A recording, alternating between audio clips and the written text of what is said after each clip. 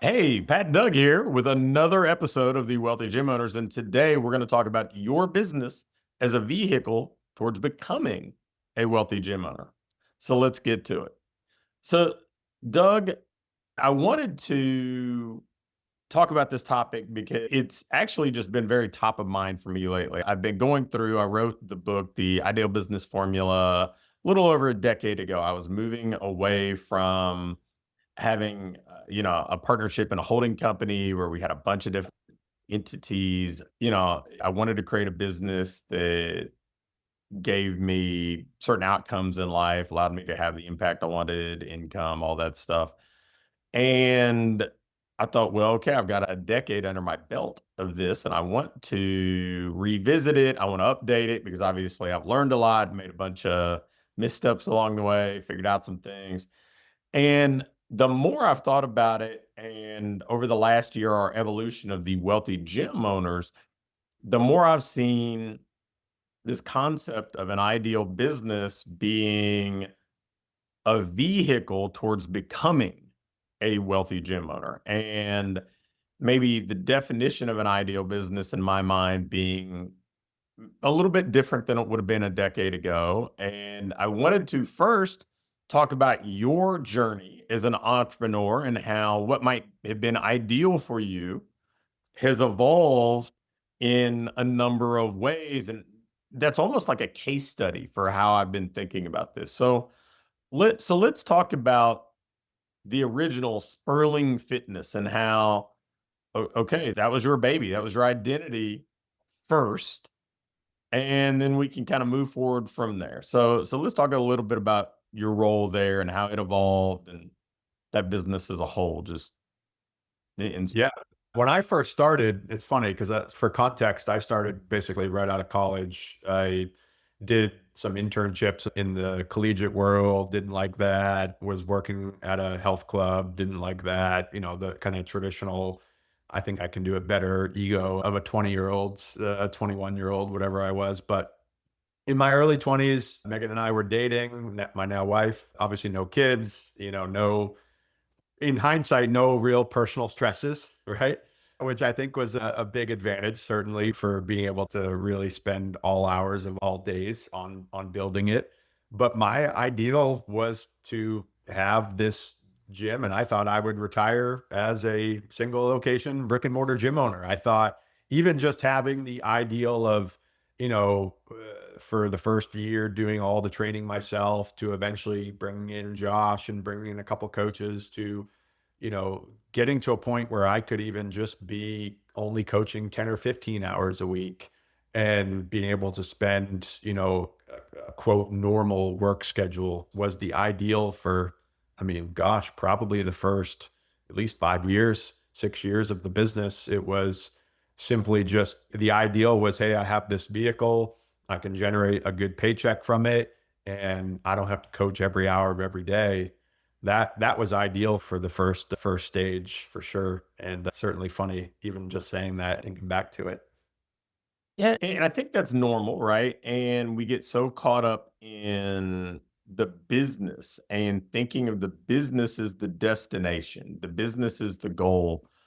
And I mean, I look back and think about early on how I would be attached to a brand name. And I remember when we did the co-branded franchising, people would kind of get territorial if you'd ask them about giving up their brand name. And I laugh looking back how silly that is. I'm like, because my legacy, your legacy is probably not going to be a brand name. It's good. I mean, hopefully we're going to impact thousands and thousands of lives directly and indirectly and create lots of wealth and opportunity for ourselves and others.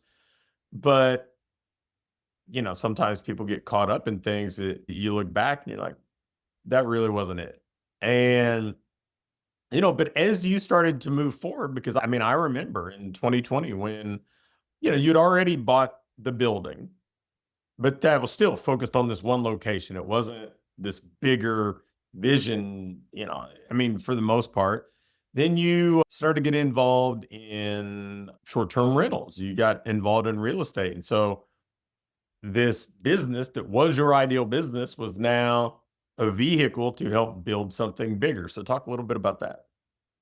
Yeah, I mean, I think the catalyst to that was probably 2018 when my son was born. That was, as you all know, with kids, that rocks your life a little bit.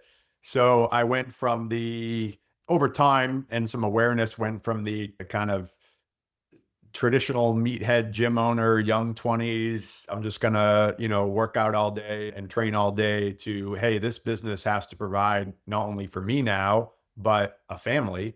And, we had our house at that point. We had, at that point, I believe we were either in the middle or just wrapping up a pretty aggressive student loan. We had several $100,000 in student loans. So we were able to knock those out pretty quickly, and so the vehicle became this, or the business became this vehicle of, hey, how can I not only provide for myself, but provide for a family now? And that also came with the, increased financial goals. Like I remember making 100 grand and thinking that was a big deal, right? And I know there may be people listening that is a big deal right now. But I think as you grow and as you get exposed to things, certain things in the rearview mirror kind of look small or silly to some degree.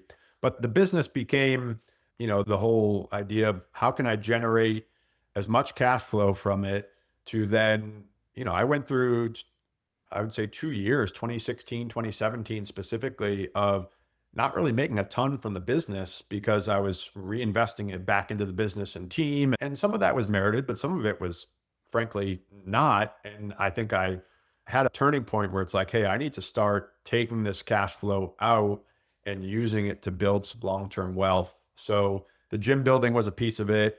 And then, some luck, some timing, but fell into an asset class in the short-term rentals that really enjoyed. We bought a lake house. That was the first one that we bought. We didn't think we were going to rent it. We thought we were just going to use it as a family. And it's funny now, fast forward, 5 years later, we don't even own that property anymore. And we have, over a dozen short-term rentals. So it's been funny to see the growth, but it was really stemmed from how can I have this business that can provide more for my family and then take the cash out and build wealth long term. And then, that really took off and that took a lot of your focus for a while. And then there was a period where you still owned the gym. You were doing a lot with short-term rentals, but then you were starting to escalate your role in what we do, which ultimately turned into the partnership that it is today with all the wealthy gym owner offerings. But again, what was ideal for you was, ever evolving and adapting to preferences to, I mean, we talk about kind of business being the sport that we play now, your preference of sport too. Like, okay, what do I want to do? That eventually led to the sale of Spurling Fitness 1.0. Yeah. I think there was some degree of the goal had been met, right? I think that was a big part of it.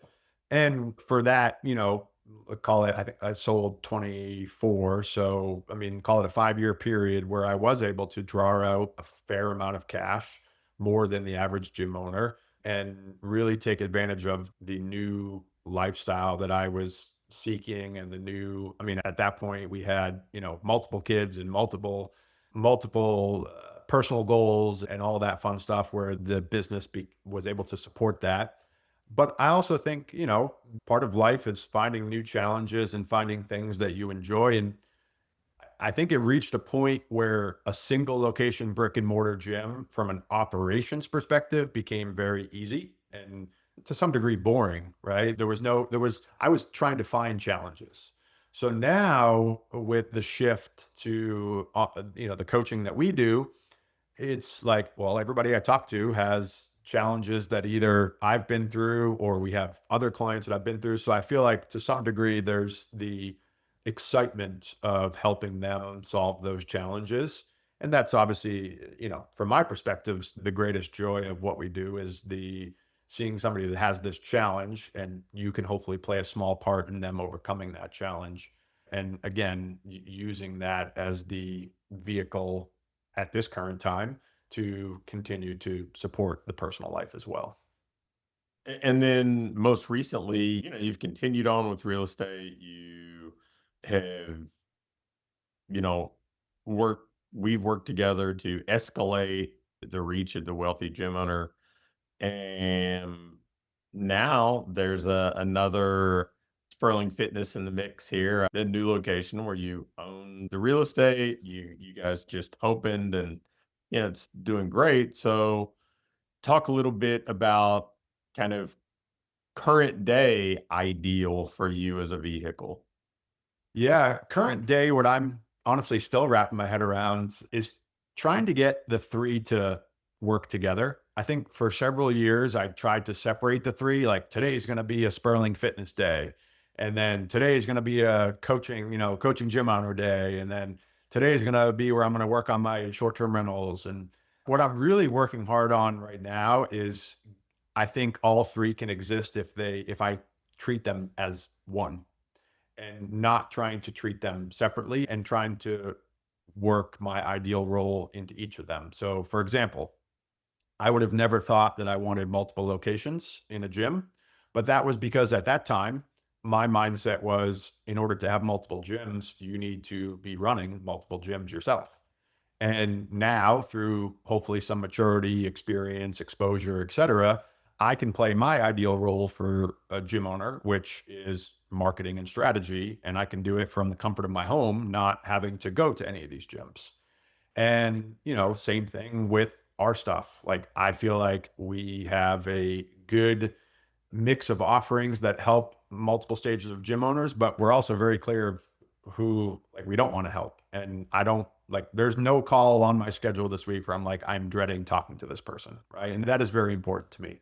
And then with the short-term rental stuff, it's, I have a director of ops that can run the day to day. I'm not getting sucked into the guest messaging and the maintenance calls and all that stuff. So now that I've kind of got the ideal role dialed in, for me, the ideal business is how do they all interact together? So how can our scale up the brick and mortar be a case study for our clients? How can I'm in a position where we can test things like, and if it doesn't work, it's not really going to hurt me personally if it doesn't work. And I can use that as a case study for our clients. And with the real estate, if I can continue to own the real estate and just make all three work together is what I'm trying to get to. And the challenge of that has been fun. So I wanted to get you to unpack that some because, I'm about 85% done with the new and revised version of this book. And honestly, it probably merits a new title because it's that different than the original. But I think seeing it through a different lens. When I wrote the original book, it was thinking about it through my lens a lot. Like, okay, this is what I want different from my business, and this is how I'm getting there, and I'm just sharing it. Now, looking back, it's like, okay, understanding the role the business plays. And yeah, I mean, whatever you're involved in, you want to be durable. But that doesn't mean that your what's ideal for you is static. And, I think that it's going to continue to evolve. I mean, I know in the first iteration of this, I had just kind of exited franchising, and there were parts of franchising that I felt were very rigid. And I was like, well, I want some individuality and I want some independence. But in hindsight, I mean, we've got a friend that we do some collaborative work with that having the right vehicle is really all that's been missing for him to just blow up. And I think about a gentleman that I know that I spoke with the other day that is, a franchisee of Planet Fitness and some other franchises. Like, man, that's his ideal. It's like, okay, give me something and I will be like the world's best operator at these things. And so figuring out just like, okay, is short-term rental, like that may be ideal for you and it may be fingernails on the chalkboard for somebody else. So, being able to play to your strengths and being able to use something as a vehicle and seeing the business through that lens. Like, okay, the goal here is we want to have a business that allows us to play the game we want to play, reach the goals we want to reach. And if we graduate from that's okay. And that that I believe also requires us to continue to evolve as an owner. I mean, it's not an accident that the word owner is in the title of our book and it's in the title of the brand because to be fair, like the a lot of the magic still resides in the owner. We could give people the best systems in the world, but if they're not going to execute, if they're not going to be willing to evolve their role, if they're not going to buy into the traits that we see all the successful business owners have, the best systems in the world, I mean, it's like giving somebody a training program that they never go and train. So I think that those were thoughts that just kept coming to the forefront in my mind as I've been working through this, because I think that as I've thought about quote unquote legacy and what do I want to do, and it's been far less about, oh, what's the name of a business or whatever else. It's like, man, if you can help, if you and I can go help a few hundred owners become wealthy gym owners and really what all of that entails, I mean, that's pretty good. And whether that's as a great operator of three franchise locations or the owner of one flagship location that they just are great with, but it also throws off enough cash that they can do some other things with. Plenty of options here. So, I wanted to take away from this, in a roundabout way to be that your business is a vehicle and we want to make it a better vehicle to get to where we want to go. It's not the destination, right? Very few businesses themselves. I mean, my dad has an auto repair business that this is its 40th year and it's kind of just on life support now. It's a hobby now. And I'm like, that's the anomaly. Most businesses don't last 40 years, they don't last 30 years. Most businesses are out the door before 10. And so if you see it as a vehicle, we're wanting to build a better vehicle that yields the outcomes that we want. And if we're going to get to where we want to go, we have to look at it through that lens. That means, yes, you need to pay yourself. Can't just continually reinvest. You can't just leave the business the same and expect the outcomes to be better. But as important as anything, like you need to take responsibility as an owner for taking the next step and continuing to evolve if you want a better outcome. Yeah, for sure. And the idea of, in hindsight, the idea of it it's okay if it changes where you want to take the vehicle, right? Use the vehicle to where you want to go is I was still am to some degree, but I was very big for several years on, having a vision and having kind of concrete goals and very goal driven.